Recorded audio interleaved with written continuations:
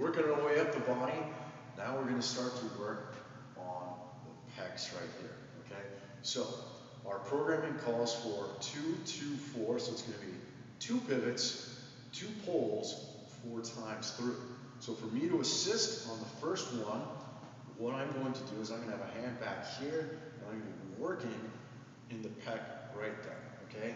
So, positioning wise, what I'm going to have the client do is we're just going to go soft arm out right here. I'm going to close that elbow, and right underneath his palm is where I will position that right there. Excellent. So go ahead, come on down right there. I'm going to put the ball right there, and I'm going to do the first one so you can just relax that.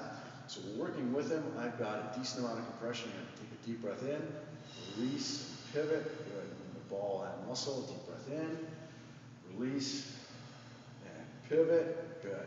Then we shift to the pulls. Deep breath in, release, and pull towards the armpit. Good. As he breathes in, I reset the ball, and we pull towards the armpit for 2. Good. Now for him to take over, we just put the palm on top of there, and we're going to put his right arm right there. Each time we do this, we make sure the elbows are nice and high. So we're going to do 2 pivots, 2 pulls. Good. Pivot for 1, deep breath in, release, pivot for 2, and then we're going to pull towards the armpit. Deep breath, release, pull, and then reset as he inhales, pulls for 2. Now, one trick that we can have them do, which is going to get them even better leverage, is we can place the TP block on top of that ball, and then place his hands directly over that ball on top of the block right there. We're going to make sure the elbows are nice and high, and that's just going to give us even more leverage on that. So pivot for 1, pivot for 2,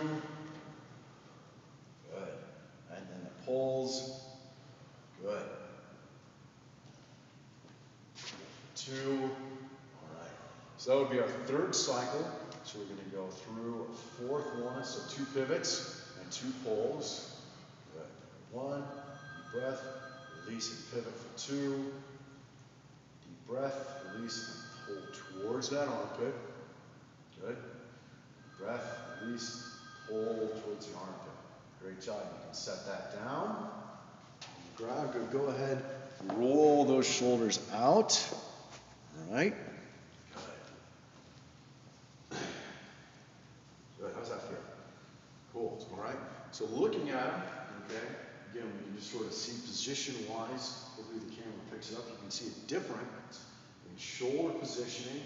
Right is, again, levated and retracted, right, or protracted, and that left side is a little bit more relaxed and retracted right there, again, where that joint is in an optimal position to express power. And I'll show you how we can actually test that. So Clay, go ahead and turn towards me.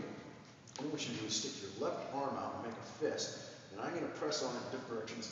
I want you to resist. Okay, so I'm going to start by pressing out. Good. And I'm going to press in. Good. And I'm going to press down. Excellent. Good. Now let's see that side of how it worked. All right, so stick that right side out. I'm going to start by pressing out. Okay. Not a lot of effort required there. I'm going to press in. Okay. And then I'm going to press down. Yeah, it's kind of funny. But again, what we're seeing right there is by working on the length-tension ratio of this muscle, what it's allowing us to do is to put this joint in an optimal position to express power. Okay, so left side that we worked with didn't take a whole lot of resistance for him to resist against me. That right side, the joint, that fulcrum of that lever, was in a weakened or compromised position, and it really inhibited his amount to actually express power. In this case, resisting against me as I'm pressing on that limb in different directions. Good job.